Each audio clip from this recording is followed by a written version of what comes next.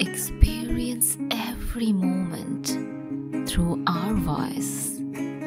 গল্পে খুঁজে পাবে ভালোবাসার স্পর্শ। ডাক্তার প্রীতি একটা দীর্ঘশ্বাস ছেড়ে নিজেকে শান্ত করে বলে, তুমি কিডন্যাপ হয়েছিলে, তোমাকে পিটিয়ে আধমরা করে দিয়েছিল। আই এম ড্যাম শিওর তোমার শরীরে এখন প্রচুর ব্যথা। তার মধ্যে তুমি এটা নিয়ে টেনশন করছো যে তোমার বইয়ের জীবনে তুমি ছাড়া সবাই সুদর্শন, আর তোমার বাপ তোমাকে দাঁড়িয়ে রাখতে দেয় না। তুমি আমার কষ্ট বুঝবে না। আমার বোঝার দরকার নেই। এখন বলো তো ওরা কারা ছিল? আঙ্কেল তো বললো বিরোধী দলের লোক, সত্যিই কি তাই? এ দফায় অর্ক চুপ থাকে, কারণ রুহানের কথা প্রীতিকে বলে দিলে সে তার বাবাকে খারাপ ভাববে। তাই সে নিজের বাবার বলা কথায় নীরব সম্মতি জানায়। হ্যাঁ, ডাক্তার প্রীতি বুঝতে পারে অর্ক এইবারও কিছু লুকাচ্ছে, তাই সে প্রসঙ্গ পাল্টে অর্ককে বলে, নিজের বইয়ের জীবনে সুদর্শন পুরুষের ভিড়ে হারিয়ে যেতে না চাইলে এবার এই পাগলের খোলস ছেড়ে বের হয়ে এসো। অর্ক সায় দিয়ে বলে, আমিও তাই ভাবছি। এবারের নাটকের শেষ করতে হবে, না হলে আবার যদি কারো এন্ট্রি হয়। অর্কর কথা শুনে ডাক্তার প্রীতি উচ্ছ্বাসিত হয়ে বলে, সত্যি তুমি সবাইকে জানাবে তুমি মেন্টালি সিক না? অর্ক মাথা দুলিয়ে সম্মতি দিয়ে জানায়, কিন্তু তার আগে আমার নির্জনার মুখে হাসি ফোটাতে হবে। গতকাল একটা কথা স্পষ্ট আমি বুঝতে পেরেছি, নির্জনা এখনো বিহানকে ভালোবাসে। এতে আমার সমস্যা নেই, কিন্তু যে মানুষটা নেই তাকে ভালোবেসে জীবন নষ্ট করার কোনো মানে হয় না। তাছাড়া কি? আমাকে নির্জনার যোগ্য হয়ে উঠতে হবে। প্রীতি, আমি স্টাডি কমপ্লিট করতে চাই, যাতে আমার নামে যে বিজনেসটা আছে তার হাল ধরতে পারি। তুমি ব্যবস্থা করো। সবাইকে সত্যিটা জানিয়েও তো স্টাডি কমপ্লিট করতে পারো। তা তো যাই, কিন্তু এতে আমার ওয়াইফ সবার কাছে ততদিন ছোট হবে না? তাছাড়া আমার মাস্টার্স পাস বউয়ের আমি মেট্রিক ফেল হাজব্যান্ড, ব্যাপারটা কেমন হয়ে যায় না? অ্যাটলিস্ট গ্র্যাজুয়েশনে ভর্তি হয়ে তারপর সবাইকে বলি। মিনিমাম 3 বছর লাগবে। না, আমি অস্ট্রেলিয়াতে 12th ক্লাসের এক্সাম দেব। আমার ওখানকার ফুল সিলেবাস কমপ্লিট আছে। মেন্টাল হসপিটালে আমি আর আমার এক ফ্রেন্ড মিলে করেছিলাম। তুমি বাবাকে কিছু একটা বলে ম্যানেজ করো। তাছাড়া বিয়ে হলো অনেক দিন, হানিমুনেও তো যেতে হবে। বিয়ের পর হানিমুনে না গেলে বউ সারা জীবন খোঁটা দেবে। এই প্রথম অর্কর কথায় ডাক্তার প্রীতি কি প্রতিক্রিয়া জানাবে তা বুঝতে পারছে না। তবে তার চিকিৎসাকালীন সময়ে এই প্রথম অর্ক সবার সামনে নিজের সত্যিটা প্রকাশ করতে রাজি হয়েছে। এতেই সে অনেক খুশি। তাই সে অর্কর কথায় রাজি হয়ে বলে, আমি দেখছি কি করা যায়। তুমিজউদ্দিন খন্দকার আর রুহান মুখোমুখি দাঁড়িয়ে। নিজের ছেলের চোখ মুখ দেখে আজ কোনো কিছুই বুঝতে পারছেন না তুমিজউদ্দিন খন্দকার। তবে তিনি এটা বেশ বুঝতে পারছেন আবারও বড় কোনো ঝড় তাদের জীবনে আসতে চলেছে। একটা দীর্ঘশ্বাস ছেড়ে তিনি বলেন, তোমার কি সিদ্ধান্ত? রুহান স্পষ্ট গলায় বলে, আমি ওয়াদা ভঙ্গ করি না। তার মানে তুমি বাবা, এঙ্গেজমেন্টের ব্যবস্থা করো। মেয়েটাকে দেখবে না? প্রয়োজন নেই, তুমি আর মা দেখেছো, এটাই যথেষ্ট। খানিকটা দ্বিধা নিয়ে তুমিজউদ্দিন খন্দকার বলে, পরে পিছু হটবে না তো? ঠোঁটের কোণে এক চিলতে রহস্যময় হাসি ফুটিয়ে রুহান বলে, আগেই বলেছি, চিন্তা করো না। আমি কথা দিচ্ছি, তোমাদের পছন্দ করা মেয়ের সাথে আমি আংটি বদল করব। আমি জানি না তোমার মাথায় কি চলছে, কিন্তু মেয়েটা মধ্যবিত্ত পরিবারে। তাই শেষ পর্যায়ে এসে যদি তুমি পিছু হটে যাও, তবে আমার মান সম্মানের পাশাপাশি ওই মেয়েটারও লাইফ নষ্ট হবে। সেই একই রহস্যময় হাসি দিয়ে রুহান বলে, ডোন্ট ওয়ারি, এমন কিছু হবে না। অনেকদিন পর ডাক্তার প্রীতি একটু শান্তির ঘুম ঘুমাচ্ছিল, কারণ অবশেষে তার পেশেন্ট সুস্থ হতে শুরু করেছে। কিন্তু সেই ঘুমে ব্যাঘাত ঘটল আরশির। তাকে ডেকে তুলে বলে, Preeti, I'm in love. He's tall, dark and handsome. Totally my type. আড়ামোড়া ভেঙে হাই তুলতে তুলতে ডাক্তার প্রীতি বলে, অভাগাটা কে? লাজুক চেহারা করে আরশি বলে, Mahir Huda. সাথে সাথে ডাক্তার প্রীতির ঘুম উবে যায়। নির্জনার বডিগার্ড? খুশিতে গদগদ হয়ে আরশি বলে, Hmm. একটা দীর্ঘশ্বাস ছাড়ে ডাক্তার প্রীতি, কেননা সে জানে যদি কখনো এই সম্পর্কটা হয় তার কোনো ভবিষ্যৎ নেই। কারণ একজন বডিগার্ডের সাথে অর্ণব সিদ্দিকী কিংবা জাফর সিদ্দিকী কিছুতেই আরশির বিয়ে মেনে নেবে না। আরশি, ভেবেচিন্তে ডিসিশন নাও। ছেলেটাকে দেখে মনে হলো মিডল ক্লাস, তার কিন্তু তোমাদের সাথে যায় না। তোমার বাবা আর ভাইয়া মেনে নেবে না। একরাশ হতাশা নিয়ে আরশি বলে, ডক্টর প্রীতি, তুমি কোন যুগে পড়ে আছো? ক্লাস থেকে সম্পর্ক হয় না, রইল বাকি ভাইয়া আর বাবা, সে তুমি আমার উপরে ছেড়ে দাও। একবার যদি মাহের রাজি হয়ে যায় তাহলে প্রয়োজনে পালিয়ে বিয়ে করব। ডাক্তার প্রীতি আর কথা বাড়ায় না, কারণ সে জানে এরা ভাই বোন এক বদের হাড্ডি, যা বলে তাই করে।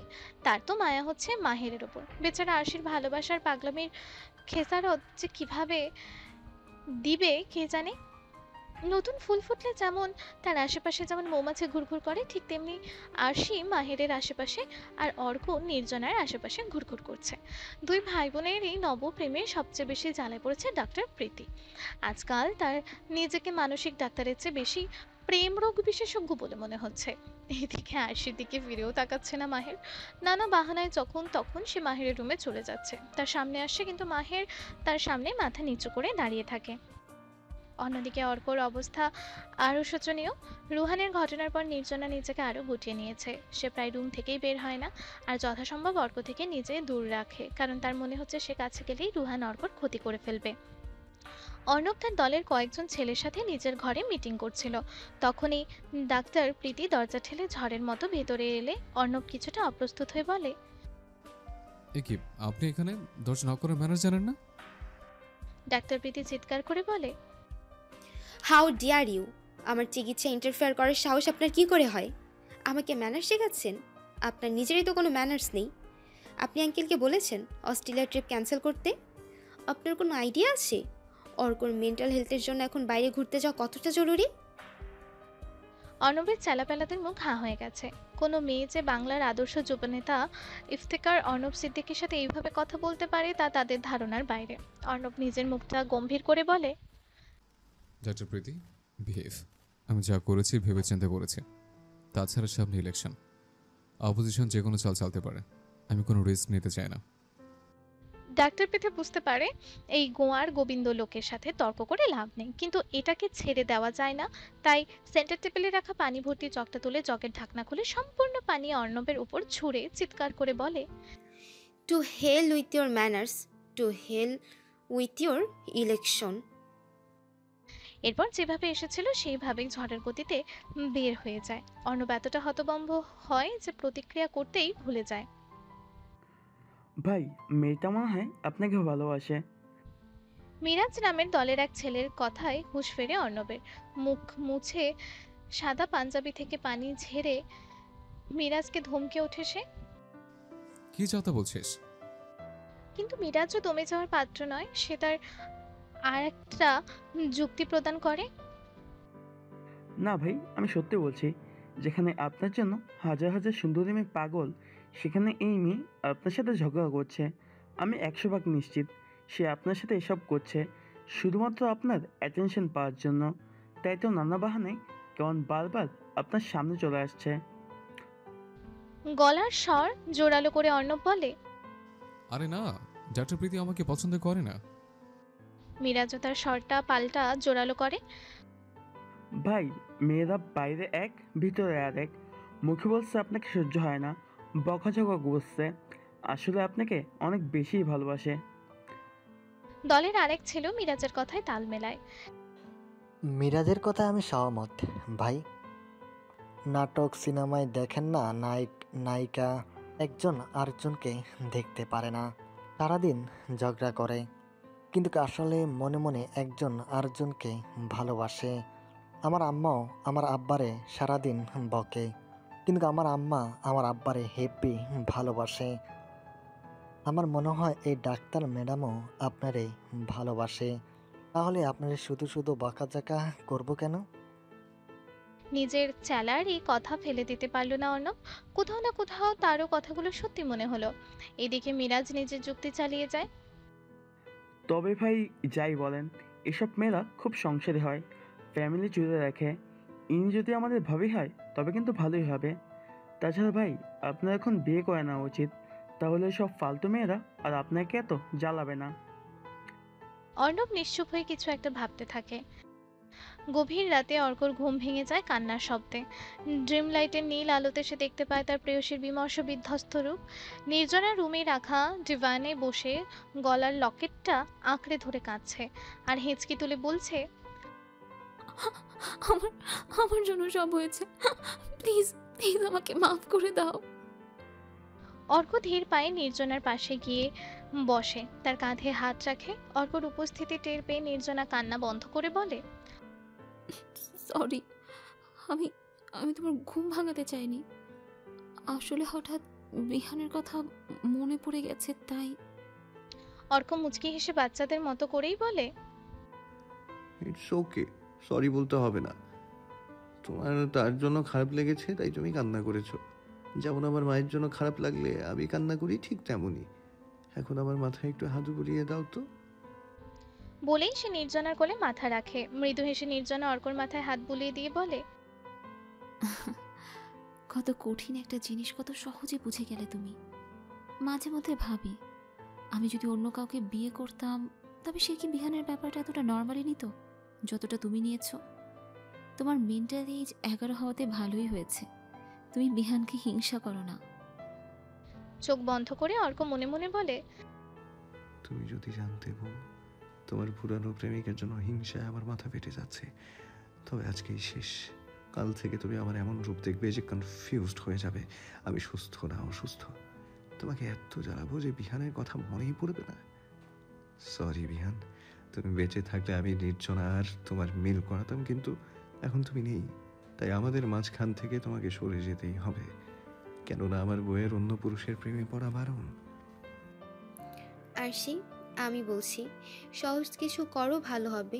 তোমার এইসব ইংরেজি রান্না আমি রান্না করতে পারবো না। কি যেন নাম, লাফাঙ্গা না বেলাঙ্গা, আমি তো উচ্চারণও করতে পারছি না, আমার দাঁত ভেঙে যাচ্ছে।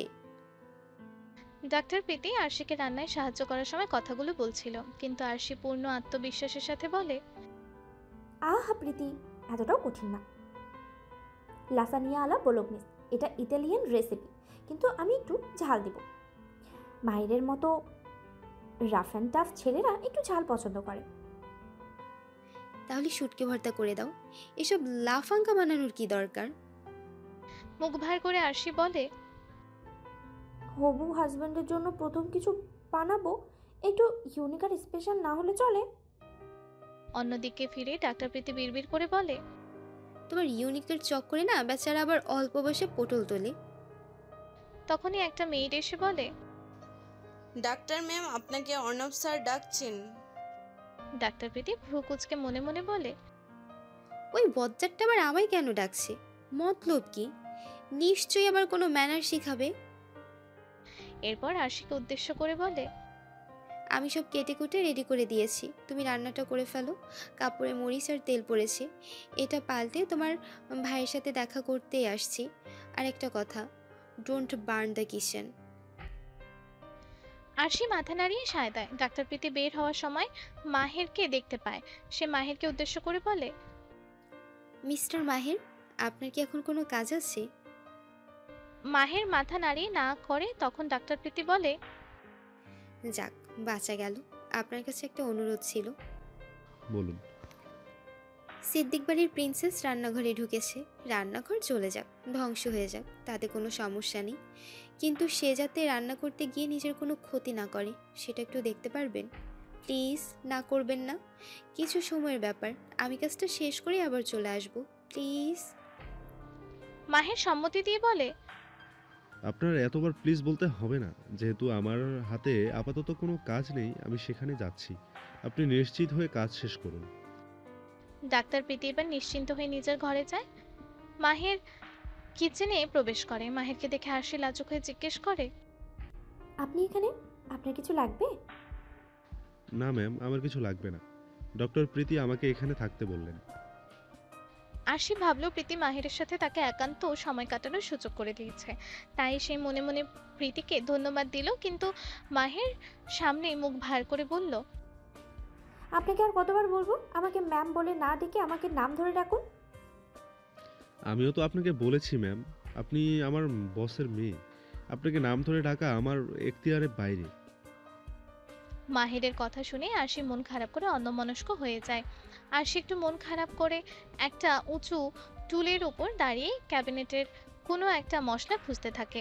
মাহির সেটা দেখে ব্যতিব্যস্ত হয়ে বলে, ম্যাম, আপনি পেয়ে যাবেন। নেমে আসুন, আপনি বলেন কি লাগবে আমি নামিয়ে দিচ্ছি। আরশি একই প্রকার মুখ ভার করে মাহেরের দিকে তাকিয়ে খানিকটা রেগে বলে, প্রয়োজন নেই, আমি আমার নিজের কাজ নিজেই করতে পারি। তাছাড়া আপনি বডিগার্ড, আমাকে হেল্প করা আপনার আখতিয়ারের বাইরে। এরপর সে যেই নিজের মুখটা ক্যাবিনেটের দিকে ঘুরিয়ে নিচে নামাবে তখন টুলটা নড়বড়ে আরও নড়বড়ে হয়ে যায়। করে চিৎকার করে আরশি নিজের উপর নিয়ন্ত্রণ হারিয়ে ফেলে। নিচে পড়ে যাবে সেই ভয়ে সে চোখ জোড়া জোরে বন্ধ করে, কিন্তু মেঝেতে পড়ে গিয়ে কোমর ভেঙে ব্যথা পাওয়ার বদলে আরশি শূন্যে ভাসতে থাকে। নিজের চোখ খুলে দেখে মাহের তাকে ধরে আছে। আরশি বেশ কয়েকবার চোখের পলক ফেলে এবং সে বুঝতে পারে তার মুখটা মাহিরের মুখের একদম কাছাকাছি। তার নিঃশ্বাস বন্ধের উপক্রম হয় যখন সে মাহিরের চোখের দিকে তাকায়, যেগুলো তাকে এক নজরে বহু কথা বলছে। ধীরে ধীরে আরশিকে দাঁড় করিয়ে গম্ভীর কণ্ঠে বলে, আজকে তো আমি আপনাকে ধরে ফেলেছি, নেক্সট টাইম সাবধানে থাকবেন। আরশি মনে করে সে মোটা বলে মাহের এভাবে বলছে, তাই তার মনটা খারাপ হয়ে যায়। আপনি আমাকে রেখেছেন? ডাক্তার প্রীতির প্রশ্নে অর্ণব মুচকি এসে সম্মতি দিয়ে বলে, আপনাকে একটা কথা বলার জন্য ডেকেছে। বলুন। আই এম সরি, আমার চোখ খুলে গেছে। ডাক্তার প্রীতি পানি ছোড়ার পর অর্ণবের মুখোমুখি হয়নি। সে ভেবেছিল অর্ণব তাকে আবারও কথা শোনানোর জন্য ডেকেছে, তাই সে ঝগড়ার সম্পূর্ণ প্রস্তুতি নিয়েই এসেছিল। কিন্তু অর্ণবের মুখে সরি শুনে সে অবাক হয়ে বলে, জি, কি বললেন আপনি? অর্ণব মুচকি হেসে ডাক্তার প্রীতির মুখোমুখি দাঁড়িয়ে বলে, আমি দুদিন অনেক ভেবেছি, আজ বুঝতে পারছি আপনি কেন আমার সাথে এত রিয়েক্ট করেন। তাই আজ আপনি রেগে গেলেও আমি আপনার সাথে খারাপ ব্যবহার করব না। এতে কিন্তু আমার কোনো দোষ নেই। আপনি শুরু থেকে ক্লিয়ার করে দিলে আমাদের মধ্যে কোনো ভুল বোঝাবুঝি হতো না। মিস্টার অর্ণব, আপনার কথার মাথা মুন্ডু আমি কিছু বুঝতে পারছি না। অর্ণব একটা দীর্ঘশ্বাস ছেড়ে বলে, আমি জানি আপনি রেগে আছেন, কিন্তু কি করব বলুন। আমার পেছনে মেয়েরা এমনিই পড়ে থাকে, প্লিজ এই নিয়ে আর রেগে থাকবেন না। ভ্রুকুচকে ডাক্তার প্রীতি বলে, আপনার পিছনে মেয়েরা পড়ে থাকুক চাই ছেলেরা পড়ে থাকুক, তাতে আমার কি? আমি কেন রাগ করব? অর্ণব এখনো আগের মতো মুচকি হেসেই বলে, ঠিক আছে, আমি হার স্বীকার করছি। আপনার মা বাবাকে আমার বাবার সাথে কথা বলতে বলুন। নাক মুখ বিকৃত করে ডাক্তার প্রীতি বলে, আমার বাবা মা আপনার বাবা মার সাথে কেন কথা বলবে? নিজের মুচকি হাসিটা প্রসারিত করে অর্ণব গর্বিত ভঙ্গিমায় বলে, আর লুকিয়ে লাভ নেই, আমি সব বুঝতে পেরেছি। আমি জানি আপনি আমাকে ভালোবাসেন, আমাকে বিয়ে করতে চান, আর আমি তাতে সম্মতি দিয়েছি। তাই আপনার মা বাবাকে আসতে বলুন। আমাদের বাড়িতে প্রথম বিয়ের প্রস্তাব মেয়েদের বাড়ি থেকে আসে, শুধু অর্কটা ডিফারেন্ট।